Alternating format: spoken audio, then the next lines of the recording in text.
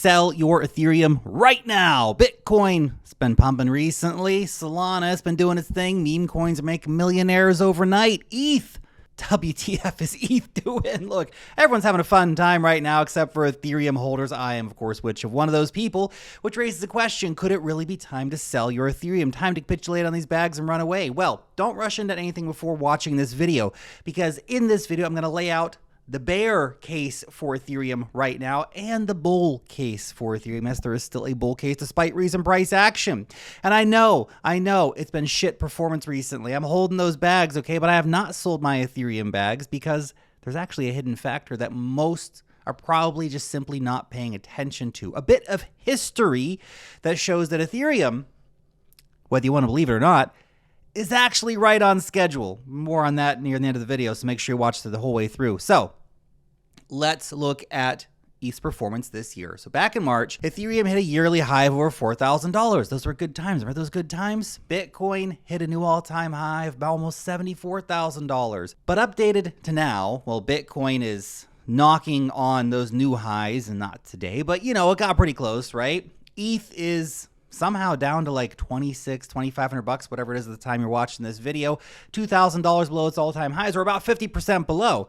And how about those spot ETH ETFs? Well, they started trading in July, and they've been, well, massively underwhelming, a massive disappointment, right? Assets under management actually dropping since launch to a current total across all funds below $7 billion, while by comparison, the spot Bitcoin ETFs, which launched earlier in the year, back in January, are now holding over $70 billion in total assets, up $25 billion of positive net inflows. Total Ethereum net flows are actually negative by $500 million. With insufficient inflows to meet the outflows from the ETH Grayscale Trust, ETH has been struggling. On Wednesday, as a great example, Ethereum ETFs took in a total whopping big number of $4 million. The same day, Bitcoin ETFs took in $896 million. Ouch. So is it over for ETH? Well, here's the Ethereum bear case. And yes, obviously, I hold Ethereum, so all other cryptocurrencies. If you want to see my full portfolio disclosures, as always, YouTube description, pinned comment over on X, risk statement there as well. Crypto's risky. You can lose all your money. Don't forget it. Past performance does not equate to future performance. Okay, so as mentioned, the ETF flows so far, they're just not there. And the thing is, you could maybe make the argument that these things just take time. Except for the Bitcoin ETFs, it didn't really take any time. Basically no time at all before inflows just absolutely exploded to gargantuan sums. $25 billion positive inflows this year, making it basically the most successful ETF launch in history, demonstrating there is already TradFi interest in Bitcoin, but other crypto assets, not so much. Not much of that money is going into Ethereum. But what about the not-so-boomer crypto contingent who don't want ETFs or even BTC?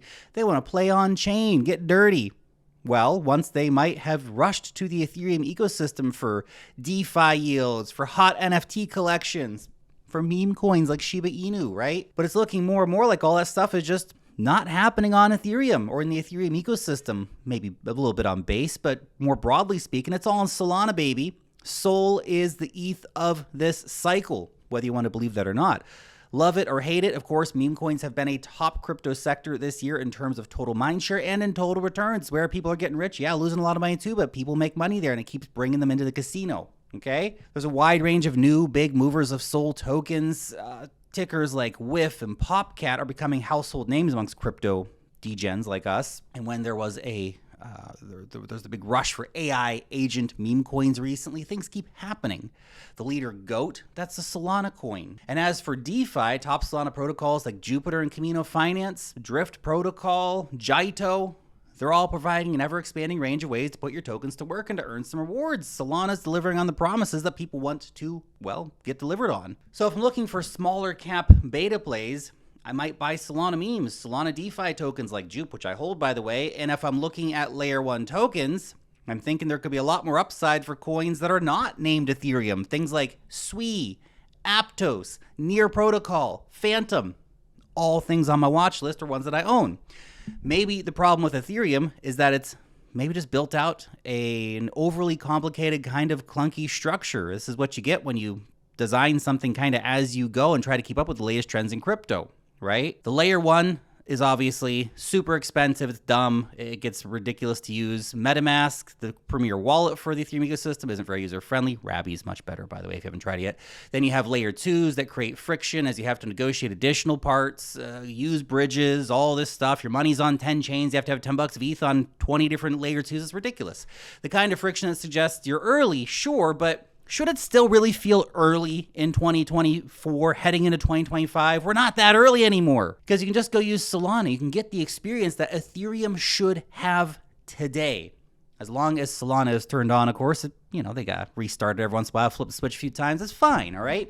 Also, those ETH layer 2s aren't really contributing much economically to layer 1. The blob's upgrade was almost too successful, which raises the question of where ETH's value is going to get accrued from. Why should Wall Street buy Ethereum? You might point out that mechanisms like liquid restaking, they're innovative and they're full of potential. But then, take off your damn nerd glass. Oh, they're just restaking me. Come on. Look, yeah, okay, restaking would be great and profitable. And there's some money to be made over there, right? If you have a bunch of ETH sitting around. If you're into that kind of thing, fine. But when retail rushes in, what are they going to buy? Eigenlayer or dog coins? Right? What's going to have the most appeal to them? Bitcoin fits that description, easy to understand. Digital gold, boom, done. Okay? NFTs pulled in the crowds last cycle. Oh, funny pictures, blah, blah, blah. I'll take it. Great. They were presented as digital collectibles. Easy idea to understand, right? And this time, meme coins. It's the casino, right? People love it. And Solana is the architecture that the big casino's running on in crypto right now. It's a straightforward proposal. Buy Solana, buy meme coins. Done. But Ethereum, we have multiple competing layer 2s, liquid restaking. Eigenlayer, bro, it's data availability, man, and security and liquid restaking, and nobody cares about your nerdy bullshit, okay? Okay? It's not such a concise sell. Let's put it that way. However, that all being said, please hold off on hitting the sell button, okay? Obviously, you have to make your own decisions anyway. Just sharing what I do and my opinions, because there are two sides of the story, and here's the Ethereum bull case. But before that, let me take a quick second to remind you about the Wealth Mastery newsletter. It is your weekly guide to the cryptocurrency markets. Our readers love it, and I'm sure you will too. Here's why. Because every single week, my team of researchers and I are working hard to help you not just stay ahead of the curve in this market, but also to save your time. Get it, life's busy, wife, kids, job, dog, all that kind of stuff, all right? But you still want to find the latest, greatest insights on altcoins, meme coins, DeFi tutorials, altcoin deep dives, airdrops. We made over 6 figures in airdrops here. It's been crazy.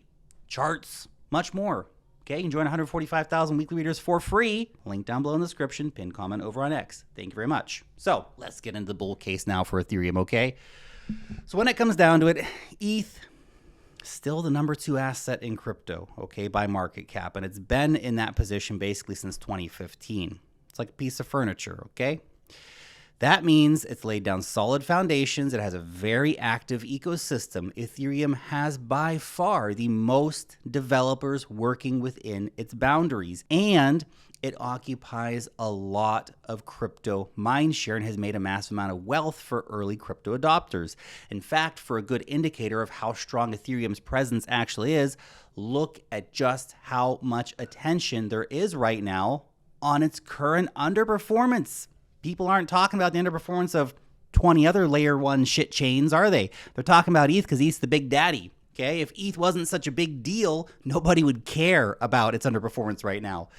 But it always generates discussion. Of course, everyone's always talking about ETH. The mind share is massive. Also, the flip side of those negative comments about layer 2s is that Ethereum is the giant at the center of an ever-expanding and bountiful and interesting complementary ecosystem that includes great stuff like Base from Coinbase, Sonium, the layer 2 from Sony, BlackRock's Biddle fund, all that kind of stuff building on layer 2 Ethereum, right? Based in the new Coinbase smart wallet. We did a video on the smart wallet. If you haven't watched it, go check it out. These are consumer-focused products that are going to onboard people into the Ethereum ecosystem. When you use Base, you got to own ETH, man. That's how it works. BUIDL, that big first step from BlackRock along the path of basically tokenizing all assets eventually, running on Ethereum. They didn't choose Solana, did they? And BlackRock will continue to focus on tokenization, probably continue to choose Ethereum for it. Then if we take a look at the charts, there are some positive things stacking up. There is hope, okay? This is the thing I want you to consider, okay? Right now, Ethereum is consolidating under $2,800. It's been doing that for a long time, for a couple months now, making it, of course, primed for a potential breakout. Well, a bullish crossover on the weekly MACD is lining up, yet to be confirmed, but it's lining up. We're heading in that right direction. And finally, this is the secret sauce I want you to pay attention to, okay? Let's compare where we are right now to the situation right about this time last cycle, because this is what most people are simply not seeing. Currently, Ethereum would need to pump by 80% to hit its previous all-time highs, maybe 82% or something today.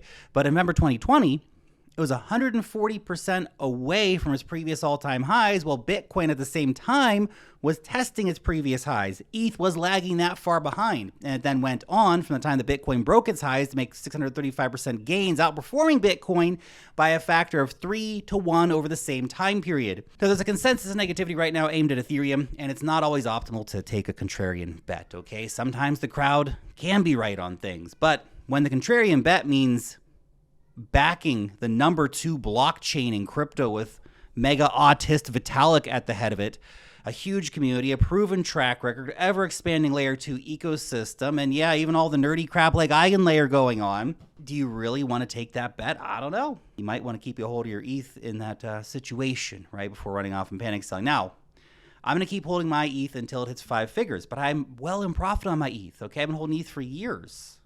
And I will underperform versus some other coins. I'd probably make a little more money if I put it into SUI or Aptos, right? But if I can sell my ETH for 10K, it'll be a beautiful close to this investment, right? It's been running for years, been holding gigantic bags. I've been holding ETH for a long time, but really bought a big fat stack in 2019 for $250 or whatever average entry price. So if I can sell it for 10K, dudes, beautiful. Beautiful. Anyway, let me know what you think.